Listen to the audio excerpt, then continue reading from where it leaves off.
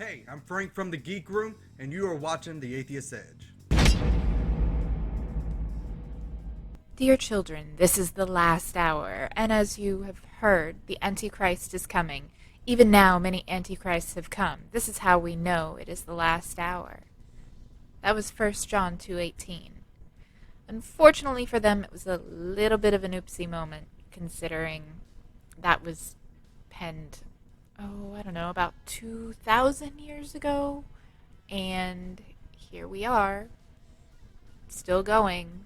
So, that's the problem with these religious prophecies, and it's the end times. Like, they're always wrong. I mean, sure, eventually they might get it right, and, the end is nigh, and then we get hit by a giant meteor or something. But it's not because there's any belief that they have that is true. It's not because there's some divine intervention in that and that we need to be judged for whatever sins they think we've committed.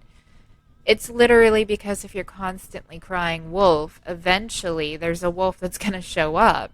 It's just, why would anybody believe you after you've done it so many times?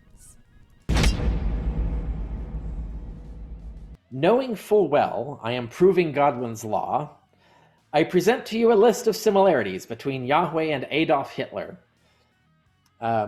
This one, I like this. But anyway, wrote a poorly written book that promoted hate, intolerance, and violence.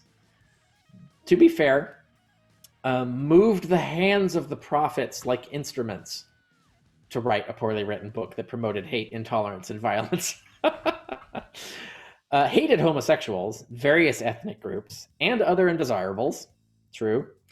Killed millions of people in anger. True. And threatened to kill millions more. Definitely that. Used religion to justify every atrocity imaginable. Reasonably true. Burned people alive in custom-made ovens. Now, what is that a reference to hell? Or Of course. Okay. That's interesting. I mean, that's also true with respect to current belief. I was reaching, but as long as I'm going to violate Godwin's law, I might as well throw them all in there. No, I put it on the list. I wrote an article. What's really, I can't remember the title, but it's about Christmas. I wrote an article about Christmas, and what's really great about Christmas is that it's not about Christ. Actually, was the point, right? Is the thesis. Is the worst thing about Christmas is Christ, and I have the whole first paragraph about how Jesus is an asshole. He's actually a horrible person. And look through verse by verse of his actual behaviors and the things he didn't do and the things he did do and so on. He's pretty awful. But one of which is, basically condemning people to a Holocaust. He's literally a pro-Holocaust dude. He just thinks the number of people who should go in the ovens is a lot larger than Hitler did, right? So, I mean, that's fair. At the time, they all thought this would be in the future. So it's interesting that current Christian belief is that people burn in hell now. Like Hitler's supposedly burning in hell now, they would say, theoretically. Catholics would say he's not because he was a good Catholic and went to heaven. But anyway, they think that people burn immediately. The original teaching in the first 100 years of the church, people just lay asleep in the grave until the end times. Then they'd be raised or their souls would be thrown into hell then. Now I know like Jesus has the Lazarus parable where Dives, the rich guy, is currently burning in hell and begs to Lazarus in real time. But that's a parable, so we're not really sure if that's meant to convey the original belief. But originally, when we see Christians talking about hell is a future fate for people. So it's a future Holocaust rather than a current one. Seventh-day Adventists, I think there's tons of denominations that think there's a waiting. Everyone's just waiting, and then heaven is empty right now. Yeah. Correct. Yeah, that's right. Exactly. That was the original belief. That's changed now. Most Christians think it all happens immediately. So either way, it doesn't matter. It's the same point. It's a Holocaust. It's very analogous. So yes, you're right. Proving Godwin's law.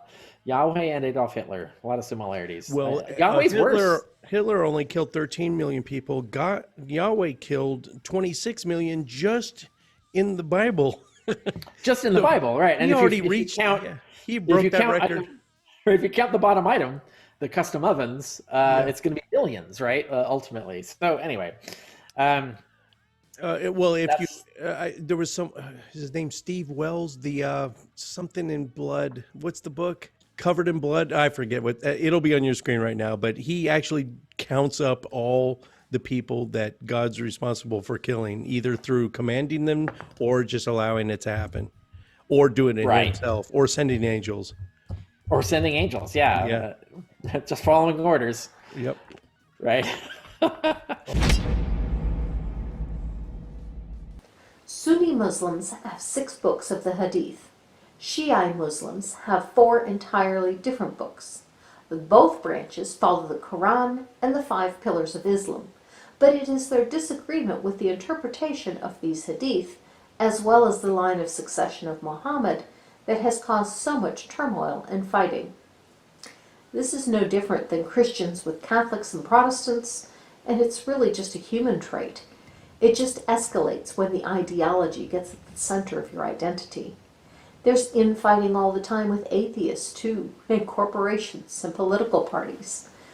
I think because religion can be so much a part of a person's identity, it causes the level of violence that we see. The less one holds to the identity, the less likely one is to fight about it.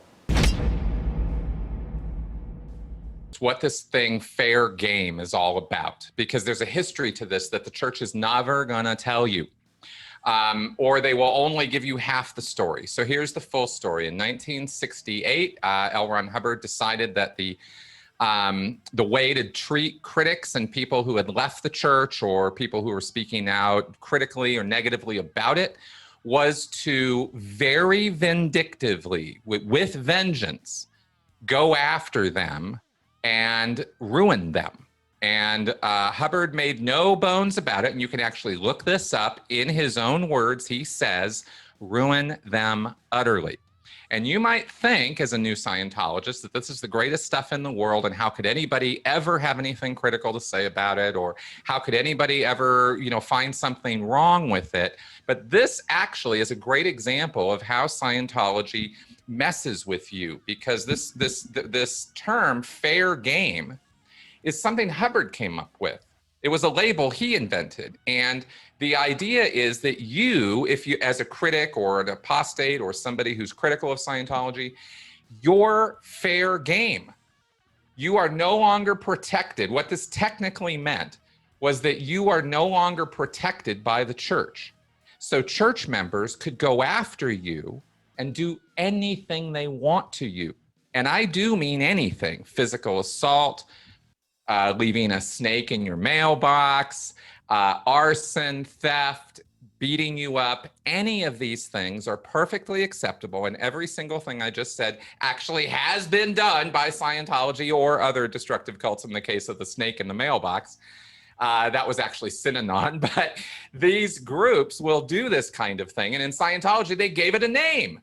They called it fair gaming a person. And this became so fantastically unpopular when the public at large found out about it, that in 1969, 68 or 69, I can't remember exactly when, Hubbard canceled the use of the term. So they no longer use the words fair game when they talk about doing this to people. But they're still doing it. They just repackaged, right? That's exactly right. But he said in the issue where he cancels it, he says, I'm canceling the use of the term because it created bad PR. The actions we take, this is paraphrased, but the actions we take against our critics, against the SPs, the suppressive people, remain in full force. So all through the 1970s, all through the 1980s, and all through up until now, if you leave the church, or if you are a strong proponent against the church, you're an activist, or you're a person who speaks out against the church's abuses, they feel obligated, not just that they have the right, but they feel obligated to come after you and to try to ruin you utterly, because that's exactly what L. Ron Hubbard's policies say to do. And if you're really, if as a new Scientologist you are curious about this, you can find the issue about this, the reference to ruining people utterly, in Technical Volume 5, I believe it is. It's a 1950, it's somewhere in the late 1950s. And It's called Dissemination of Scientology, I think is the name of the issue. You can look it up and you can see in Hubbard's own words that he actually says that. So that's the truth about fair gaming. And the church has never actually stopped the practice. They just stopped calling it that. Are you in a cult? Don't be so hasty to answer. Below are just a few of the key elements of a cult. Recruiting, or saving, new converts is a priority. Regular request for money, belief in magic or supernatural forces, discouraged from associating with those outside the belief system, displays of unquestioning devotion to a charismatic leader, whether living or dead, questioning or having doubts about any aspect of the belief system is frowned upon or punished. Speaking in tongues, chanting, and or meditation are common. Detailed sexual and dietary restrictions. The members believed they are in communication with a god or godlike figure. If you can answer yes to any of these, you just might be a part of the cult.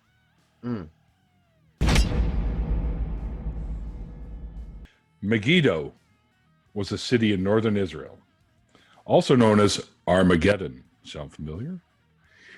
It is believed by multitudes of the faithful that this is the site where the final battle between good and evil will be waged. The ruins of this city, which is 26 layers of ancient cities in total, by the way, form a hill, or tell. Megiddo is mentioned 12 times in the Old Testament, but there is no prophecy mentioned of any war that will take place in the future. The one New Testament reference to the site says that it will not be armies that gather there for the final battle, but only kings. What are they going to do?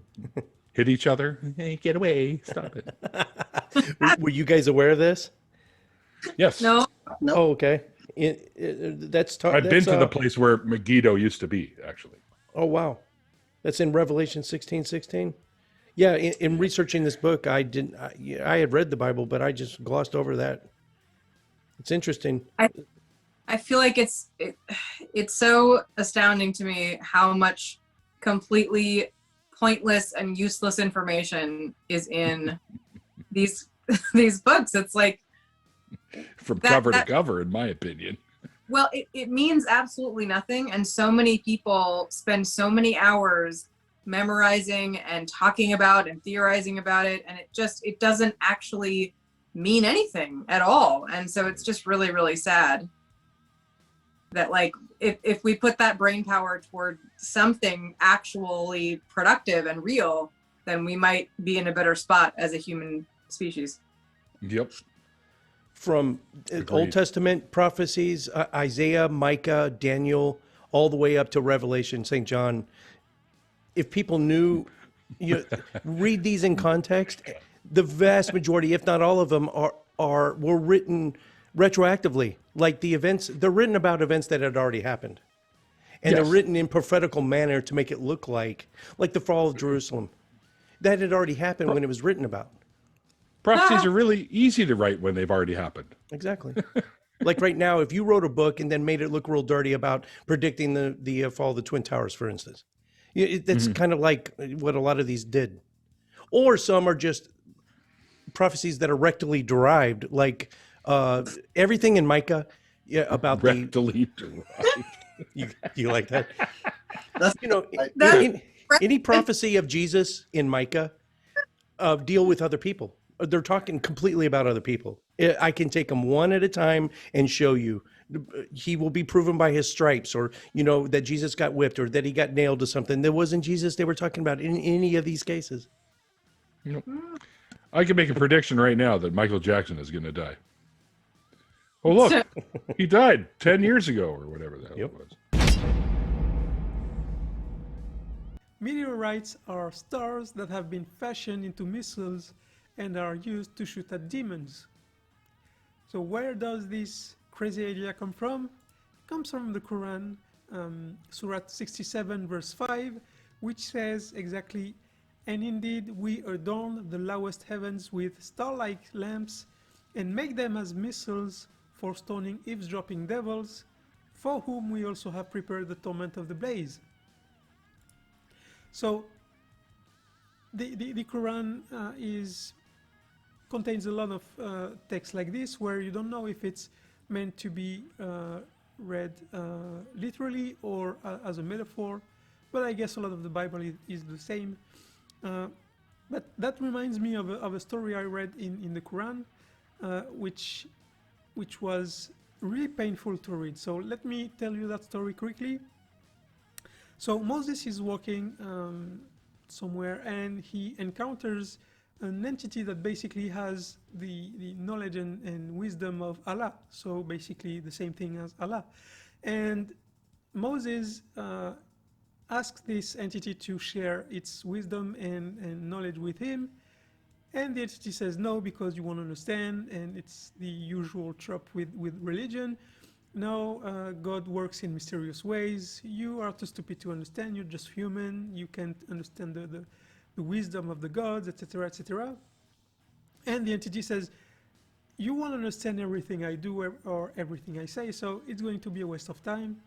But Moses insists, and finally the entity says yes. So they start walking, and they come back by a lake on which there's a fisherman on his boat, and so the entity decides to strike the boat and sink it.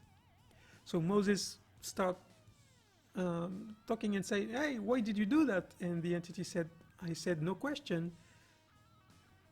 You don't understand why I do that. I said no question, so let's go. And so they keep walking, and they run into a child, and the entity kills the child. So Moses then gets quite angry, and he says, why did you kill him? He's just a child. And the entity says, second strike, I told you not to ask questions. You clearly don't understand what I do. And so they keep walking, they get into a city, but they've been walking for a very long time. They're thirsty and hungry, but no one is giving them food or water. And so Moses says, hey, look, there's a wall that collapsed here. Can you use your power to put it back on? And so we could ask for food and water as a compensation. And so the entity says, okay, now I'm done, and I'm going to explain you what I did, and you'll see that you weren't equipped to understand what I did. So a king and his army was coming to the lake, and he was going to seize the boat and kill the fishermen. So that's why I sank the boat, so that this evil king couldn't seize it. So okay, that I guess as a justification it's not the best one, but I could understand the logic behind it. But then he explains that regarding the child, he feared that the child might become an infidel, so he killed him so that Allah could give a better child to his parents. And so that's probably the most insane and evil and immoral things I've ever read, because why would you kill someone for something they didn't do and they might do? You're not even sure they will do it, and then try to justify this and saying, yeah, but Allah will give them a better child, but how can you be sure that the next child will be better? Maybe it will be worse. And what about this omniscient God thing? Will Allah know if the child is going to be evil or not? So all this thing about fearing that the child might become an infidel, I couldn't believe what I read, so I read it 3 times, and that's what it says. And you can say it's taken out of context, because that's a story in itself, and the moral is supposed to be that we as humans are not mentally equipped to understand the wills of the gods, or in this case the God. But this example is just evil. It's just pure immorality, And I can't understand how people read this and try to justify it as some Muslims have.